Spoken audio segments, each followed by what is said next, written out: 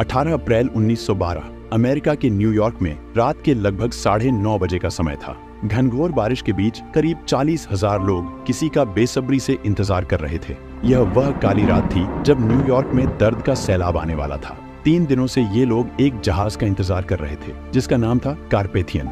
यह जहाज अपने साथ एक ऐसी दर्दनाक कहानी लेकर लौटा था जिसे सुनकर आज भी लोगों के दिल दहल जाते हैं। एक ऐसा जहाज जिसे कभी न डूबने वाला माना जाता था, आरएमएस टाइटैनिक, जिसने सैकड़ों जिंदगियों को समंदर में समा दिया।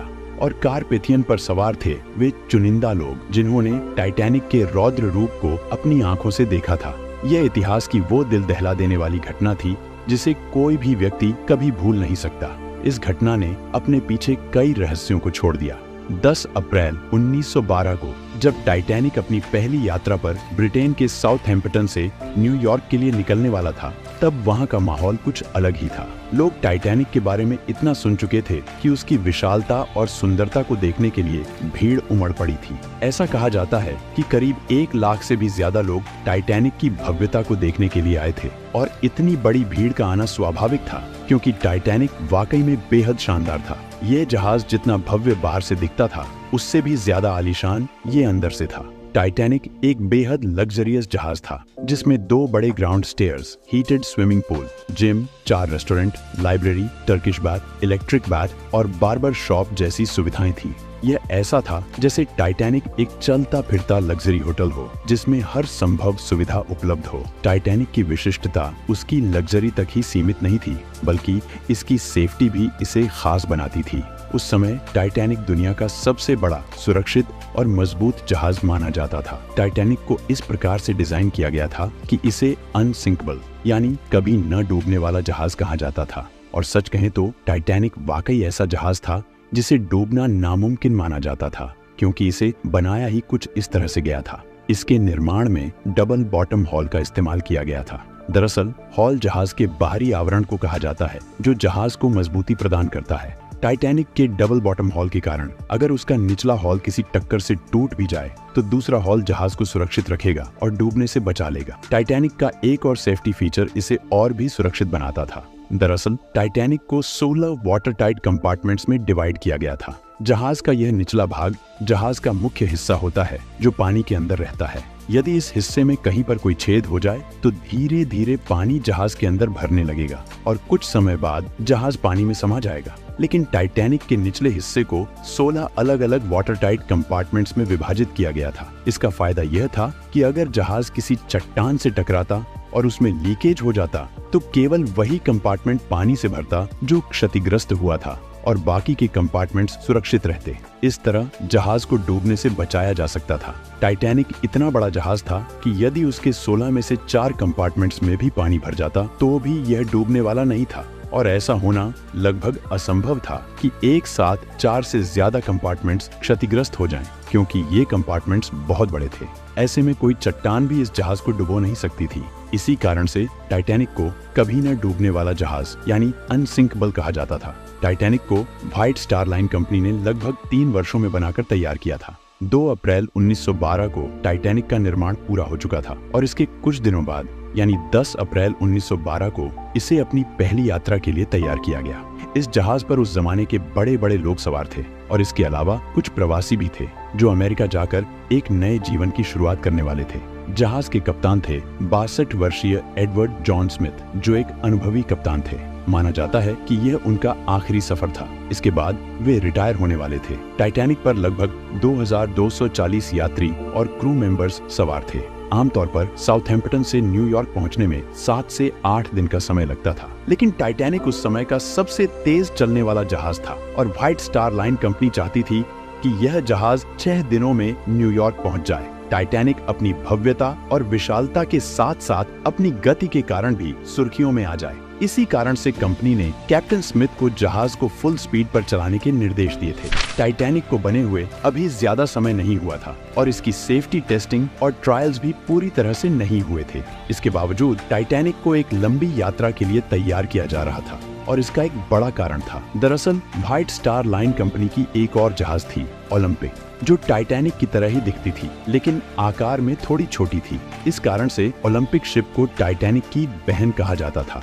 मार्च 1912 में ओलंपिक शिप में तकनीकी खराबी आ गई, जिससे उसे इमरजेंसी में बंदरगाह पर रिपेयर के लिए लाया गया। इतने बड़े जहाज को ठीक होने में कई महीनों का समय लग सकता था। इस देरी के कारण व्हाइट स्टार लाइन कंपनी का बिजनेस महीनों तक ठप हो सकता था। इसलिए कंपनी ने अपने कारोबार को बनाए रखने के लिए अगले ही महीने यानी अप्रैल में अपनी नई शिप टाइटैनिक को लॉन्च करने का निर्णय लिया। क्योंकि यह टाइटैनिक की पहली यात्रा थी, इसीलिए इसके क्रू में कुछ अनुभवी लोगों का होना अनिवार्य था। इसीलिए टाइटैनिक के कुछ मौजूदा क्रू मेंबर्स को हटाकर ओलंपिक के कुछ अनुभवी क्रू मेंबर्स को टाइटैनिक की टीम में शामिल किया गया। टाइटैनिक का एक ऑफिसर था डेविड ब्लेयर, उसे हटाकर ओलंपिक से एक अधिकारी को उसकी जगह नियुक्त किया गया। जब डेविड ब्लेयर शिप छोड़कर अपने घर जा रहा था तो गलती से वह अपने लॉकर की चाबी भी साथ ले गया। दुर्भाग्य से टाइटैनिक पर मौजूद इकलौती दूरबीन उसी लॉकर में बंद थी। डेविड ब्लेयर की इस छोटी सी गलती ने आगे चलकर टाइटैनिक के विनाश में अहम भूमिका निभाई। आखिरकार वो घड़ी आ ही गई जब 10 अप्रैल 1912 को टाइटैनिक अपने पहले ऐतिहासिक सफर पर रवाना हुआ। कैप्टन स्मिथ भलीभांति जानते थे कि साल के इन महीनों में समुद्र में आइसबर्ग की संख्या बहुत अधिक होती है। इसलिए कैप्टन स्मिथ ने खतरे को भांपते हुए सीधे नॉर्दर्न रूट को छोड़कर साउदर्न रूट का थोड़ा लंबा रास्ता चुना।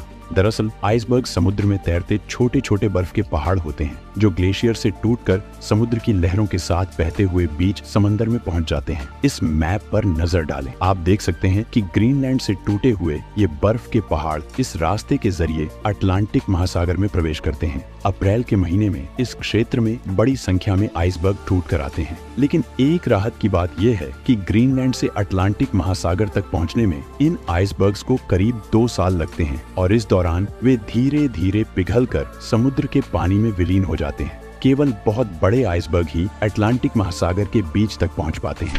इसलिए कैप्टन स्मिथ ने आइसबर्ग के खतरे को टालने के लिए सीधे रास्ते की बजाय एक ऐसे रास्ते को चुना जहां आइसबर्ग से टकराने की संभावना बहुत कम थी। उस समय जहाजों में आइसबर्ग जैसी रुकावटों को देखने के लिए उन्नत तकनीक उपलब्ध नहीं थी। इसी वजह से जहाज के सामने की ऊंचाई पर एक क्रूज पॉइंट होता था जिसे लुकआउट पॉइंट कहा जाता था। इस क्रूज में हमेशा 1-2 लोग दूरबीन लेकर तैनात रहते थे जो दूर तक नजर रखते थे कि कहीं जहाज के सामने कोई अड़चन तो नहीं है जिससे टकराने का खतरा हो। जब जहाज समुद्र में यात्रा करते थे वे सभी वायरलेस रेडियो के माध्यम से एक दूसरे को लगातार संदेश भेजते रहते थे ताकि यह जानकारी मिल सके कि किस स्थान पर क्या अड़चने हैं। जब टाइटैनिक ने अपनी आधी यात्रा पूरी कर ली थी तब उसे कोरोना नामक जहाज से आइसबर्ग के बारे में पहली चेतावनी मिली। यह आइसबर्ग टाइटैनिक से लगभग 1 दिन की दूरी पर था। टाइटैनिक पर सीनियर ऑफिसर जैक फिलिप्स इस वायरलेस रेडियो सिस्टम को संचालित कर रहे थे और अन्य जहाजों के साथ संपर्क में थे। 4 अप्रैल की दोपहर को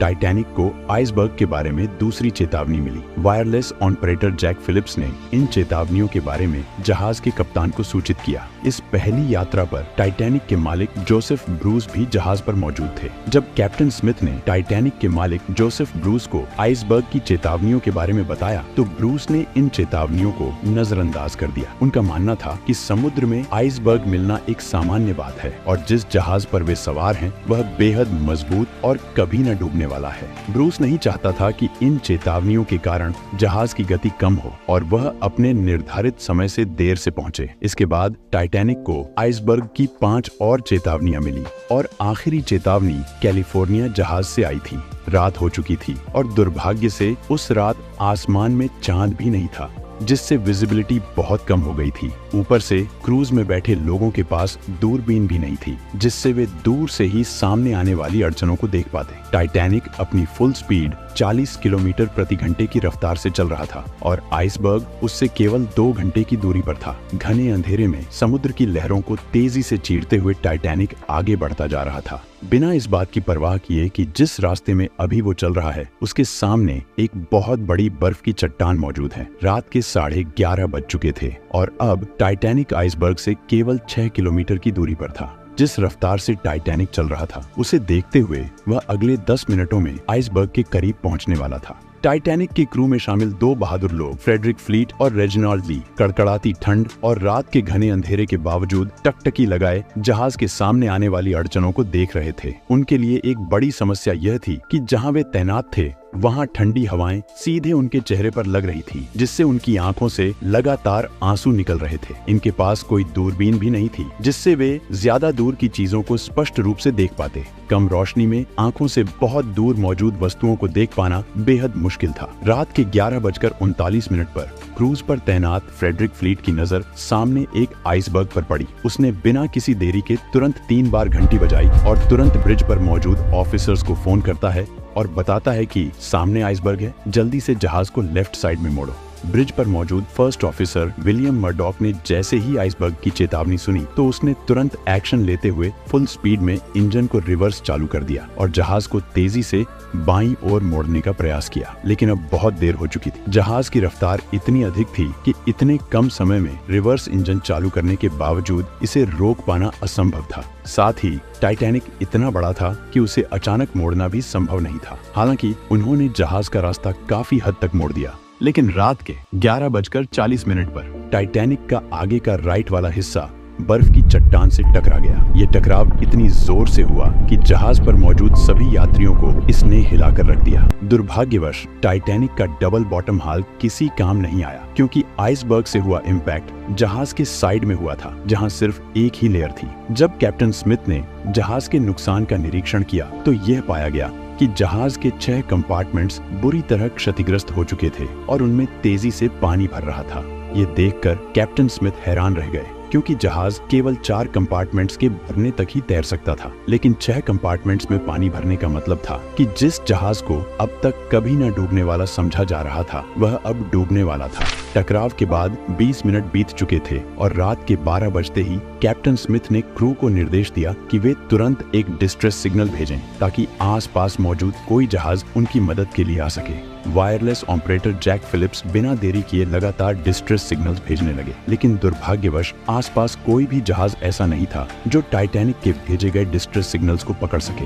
इस बीच 6 कंपार्टमेंट्स पहले ही पानी से भर चुके थे और अब पानी डेक के ऊपर से बहने लगा। स्थिति की गंभीरता को देखते हुए कैप्टन स्मिथ ने लाइफ बोट्स को समंदर में उतारने का आदेश दिया और सभी लाइफ बोट्स को बाहर निकालने की प्रक्रिया शुरू हो गई। दुर्भाग्य से उस समय टाइटैनिक पर केवल 20 लाइफ बोट्स ही मौजूद थीं और प्रत्येक लाइफ बोट की क्षमता सिर्फ 65 लोगों की थी। इन 20 लाइफ बोट्स के जरिए लगभग 1300 लोगों को ही बचाया जा सकता था, जबकि जहाज पर 2000 से ज्यादा लोग सवार थे। जल्दबाजी में शुरू में जो लाइफ बोट्स उतारी जा रही थी उनमें सिर्फ 27-28 लोगों को ही भेजा जा रहा था, जिससे लाइफ बोट्स को पूरी तरह भरा भी नहीं जा रहा था। प्रोटोकॉल के अनुसार महिलाओं और बच्चों को पहले लाइफ बोट में भेजा जाना था। वहीं जहाज पर कुछ लोग ऐसे भी थे जो मानते थे कि टाइटैनिक डूब ही नहीं सकता और वे पूरी तरह से निश्चिंत थे। इस दौरान जैक फिलिप्स लगातार डिस्ट्रेस सिग्नल्स भेज रहे थे और सौभाग्य से उनका एक सिग्नल पास में मौजूद एक जहाज कारपेथिया तक पहुंचता है। रात 12:30 बजे के करीब कारपेथिया से संदेश आता है कि वे टाइटैनिक पर मौजूद लोगों को बचाने के लिए आ रहे हैं, लेकिन बदकिस्मती से कारपेथिया जहाज टाइटैनिक से अभी भी लगभग 107 किलोमीटर दूर था। अपनी पूरी रफ्तार से भी चलते हुए कारपेथिया को टाइटैनिक तक पहुंचने में लगभग 4 घंटे लगने वाले थे।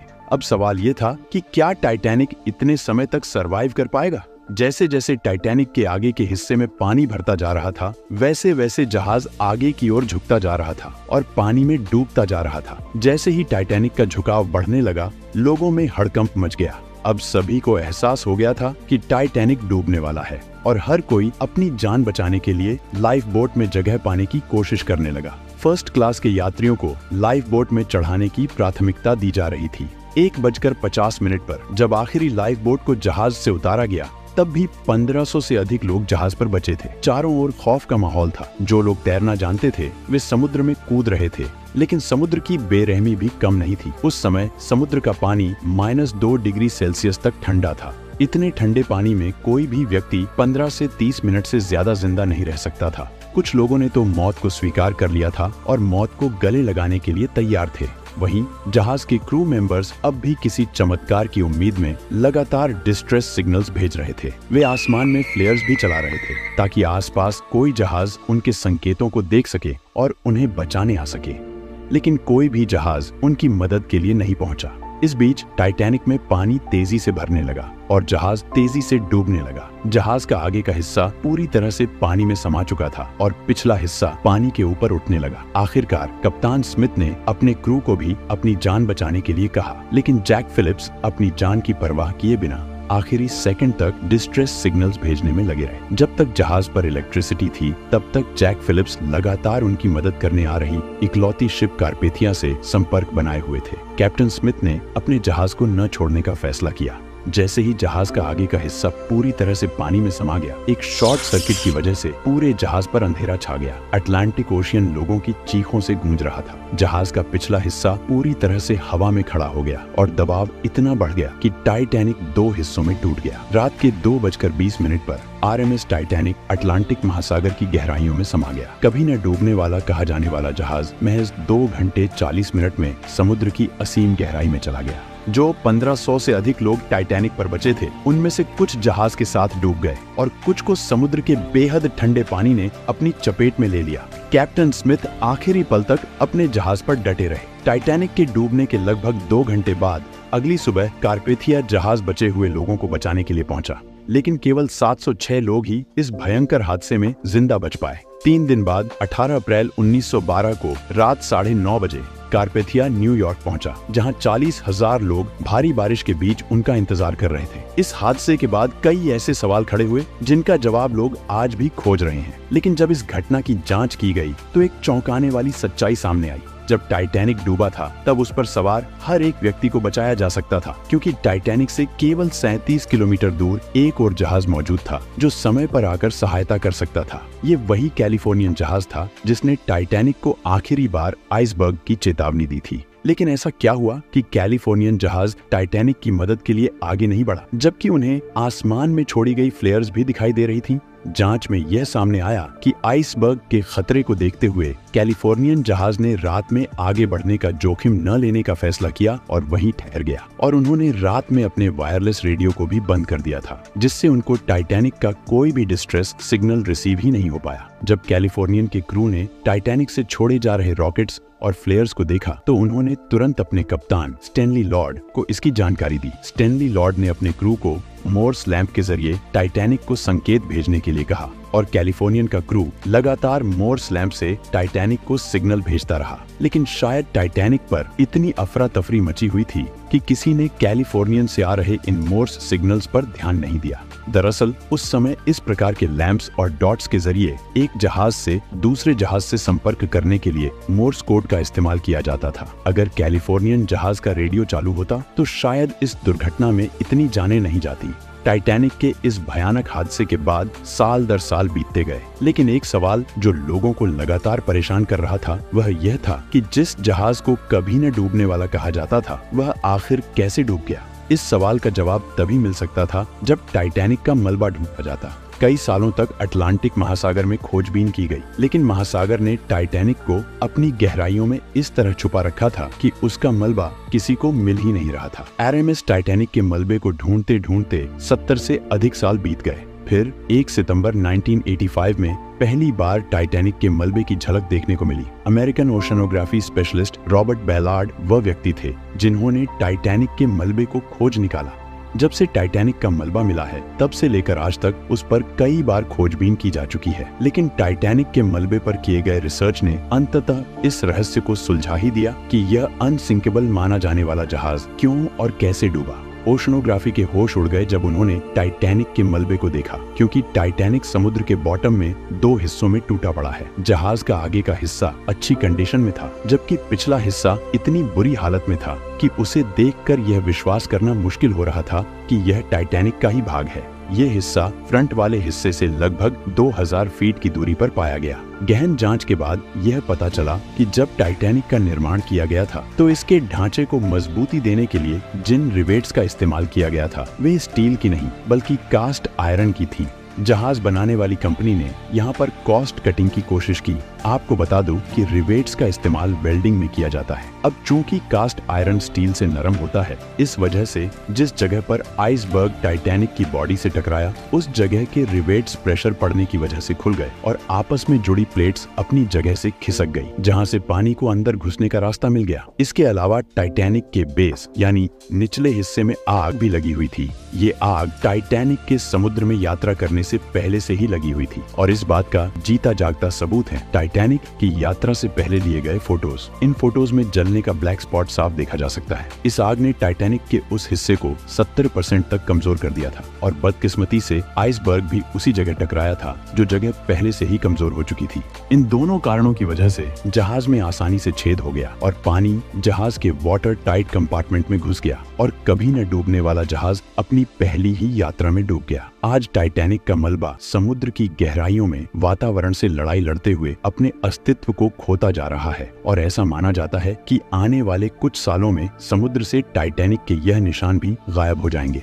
टाइटैनिक की यह घटना सच में एक दिल दहला देने वाली घटना थी। लेकिन दोस्तों, ये तो केवल एक जहाज की कहानी थी, लेकिन धरती पर एक ऐसी रहस्यमय जगह भी है जहां सैकड़ों शिप्स और प्लेन्स समुद्र में डूबकर गायब हो जाते हैं और फिर दोबारा कभी नहीं मिलते। इस जगह के बारे में जानने के लिए इस वीडियो को एक लाइक और चैनल को सब्सक्राइब करके आपके सामने है इस वीडियो को देख सकते हैं। इस वीडियो में बस इतना ही। मैं आपसे उसी वीडियो में मिलता हूँ। धन्यवाद।